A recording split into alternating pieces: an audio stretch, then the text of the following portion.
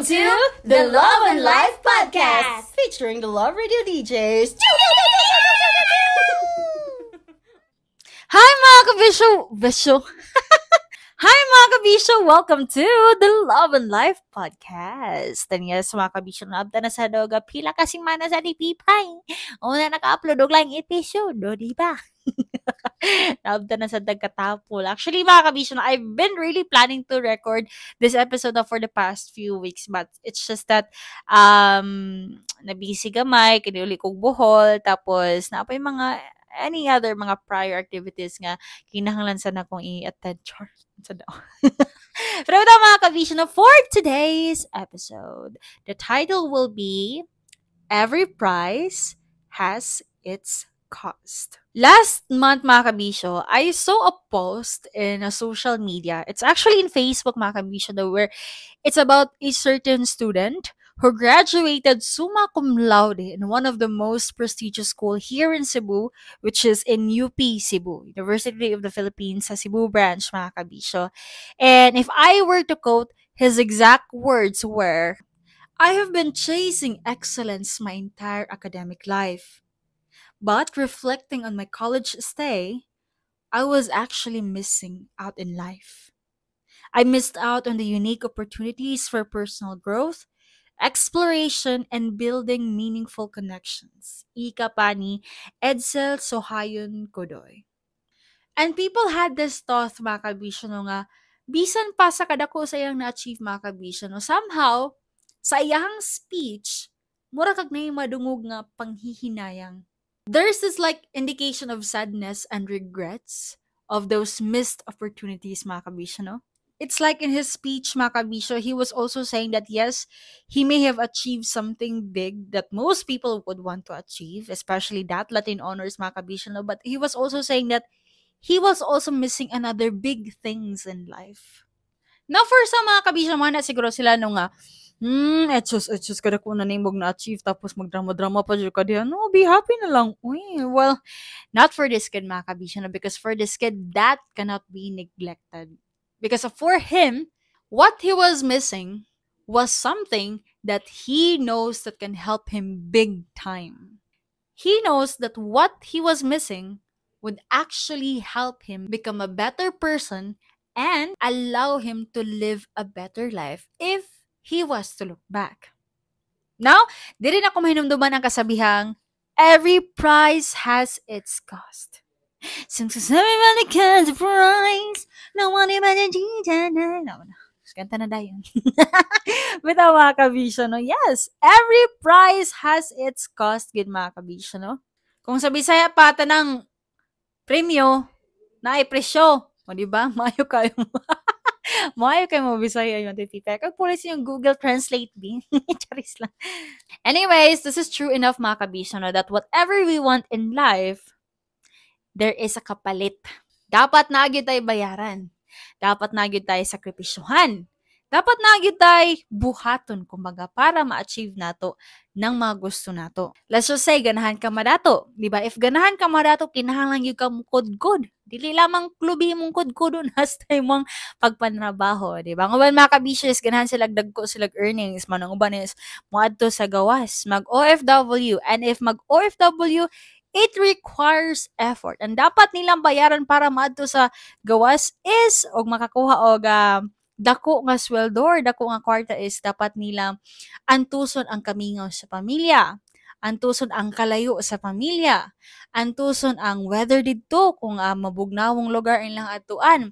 Antuson ang ilahang pag-inusara. Kaya diba, o sa di may ka kasiguro if naba kay amigo or dili. Kumbaga, maot ilahang dapat bayaran mga kabisyo para ma-achieve nila ang earnings nga gusto nila, nga makuha nila sa laing lugar. Another instances, if ganahan ka muniwang, diba, which is, lisod kayo bayran.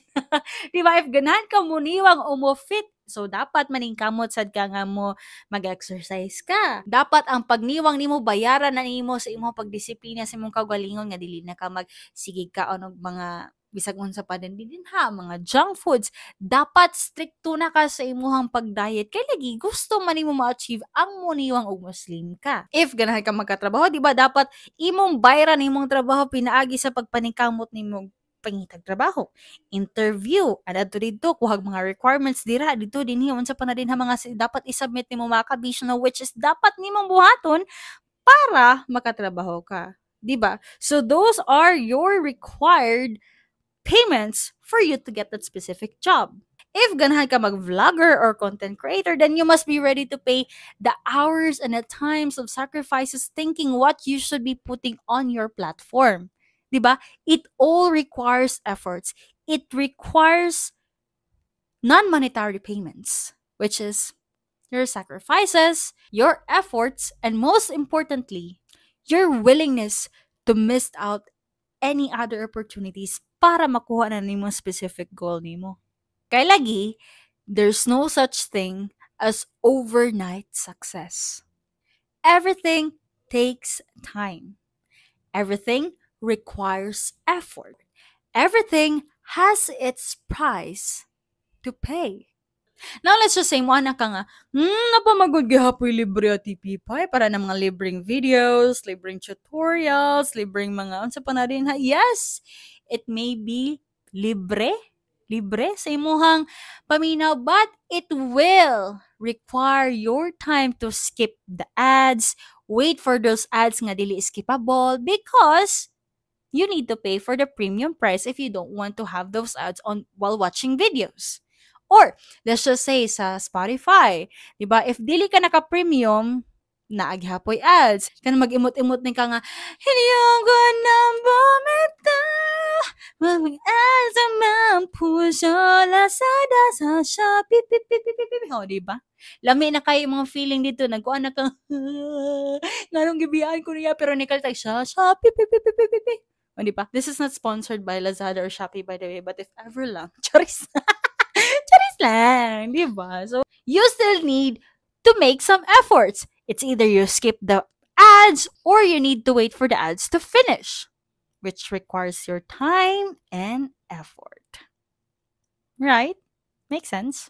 Even sa love life, mga kabisyo, if you really wanna risk in having a guwapo or guwapa nga uyab, mga kabisyo, no, then you have to pay the price of courting that specific person or taking time to know that person or making sure that your efforts are seen para lang mapasagot mo siya ng oh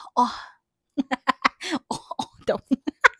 Diba? It really requires a lot of things, mga kabisyo, na diba, buying gifts, unsa pa na din ha, dates or whatsoever, mga kabisyo, still, it has a cost. Especially na gyud no kung imong panguyaban is somehow gwapa o gwapo lamion para nati pipay.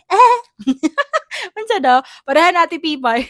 'Di ba? You wanted to make sure, mga kabisyo, no, nga all efforts are done para lang nga mapasagot nimo siya kay most probably daghan sang galing niya ana niya, 'di ba?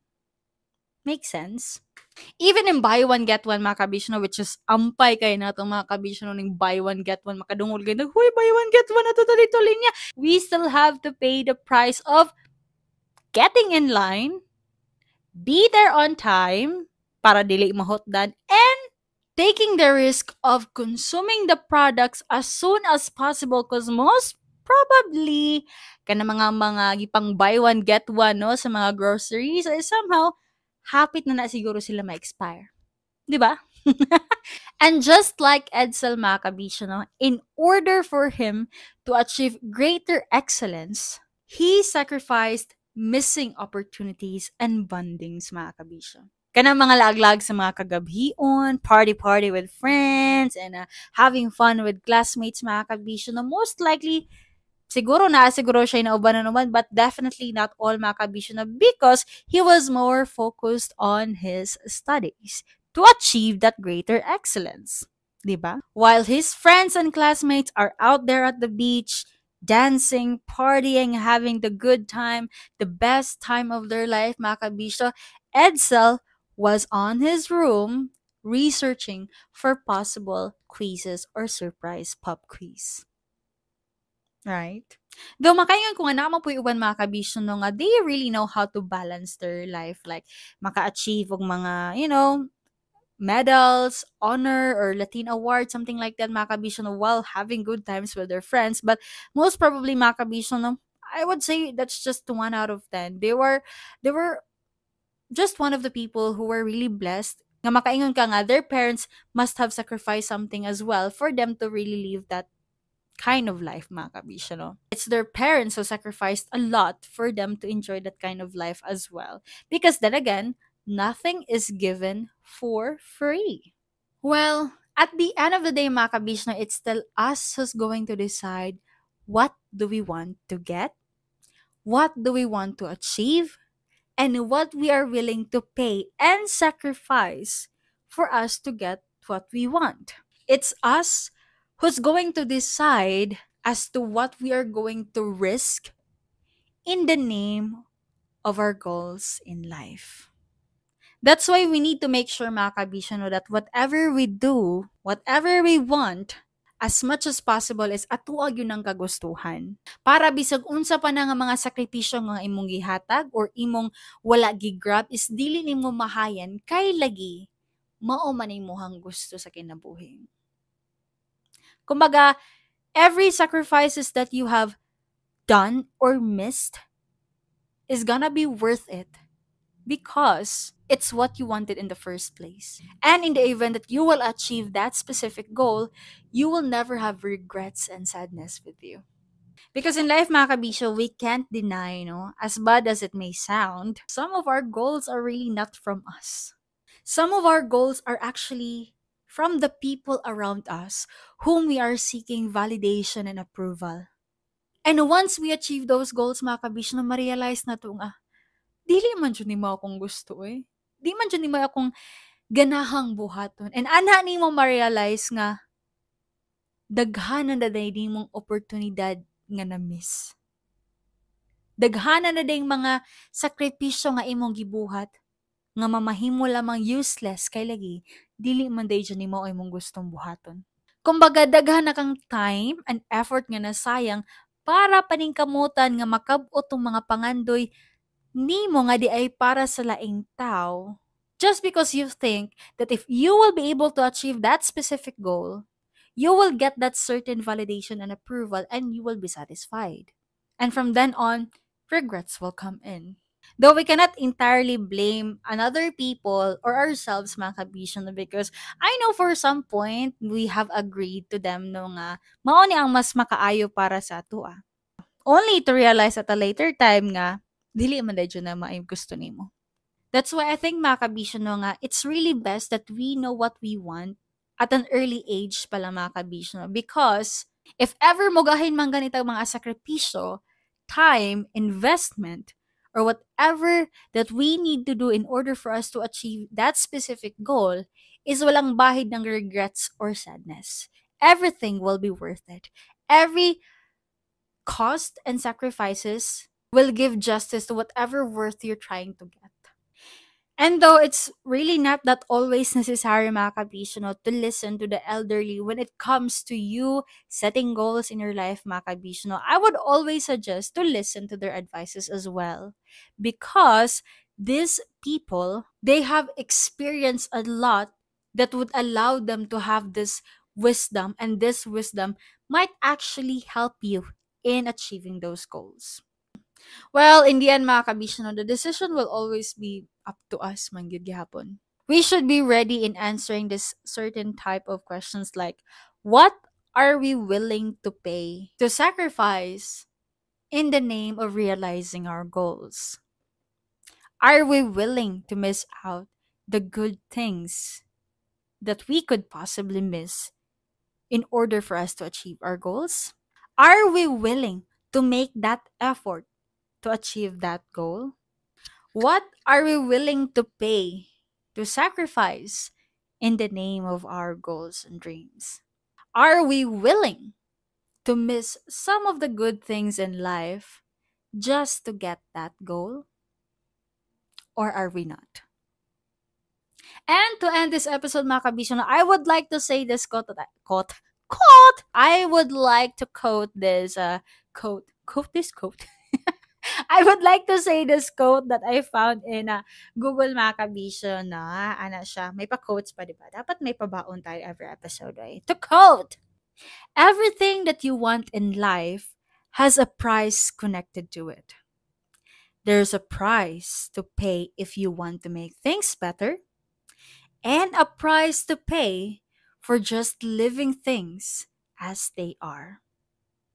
A price for everything. That's according to Harry Brown.